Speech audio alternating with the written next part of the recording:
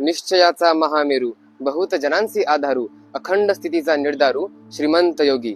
सर्व शिवभक्तांना शिवजयंतीच्या हार्दिक शुभेच्छा.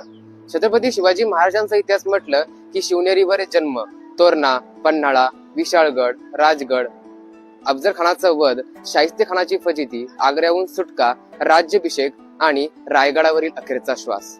बस इतकंच का? तर नाही. याही पुढे जाऊन शिवरायांची युद्धनीती, कूटनीती, हेरखात, साम, दाम, दंड, भेद यांचा अवलंब, त्यांचं अर्थशास्त्र, मानसशास्त्र, राजकारण, तंत्रकारण यातील ज्ञान, त्यांचं व्यवस्थापन कौशल्य, त्यांची दूरदृष्टी हेही जाणून घेणं गरजेचं आहे.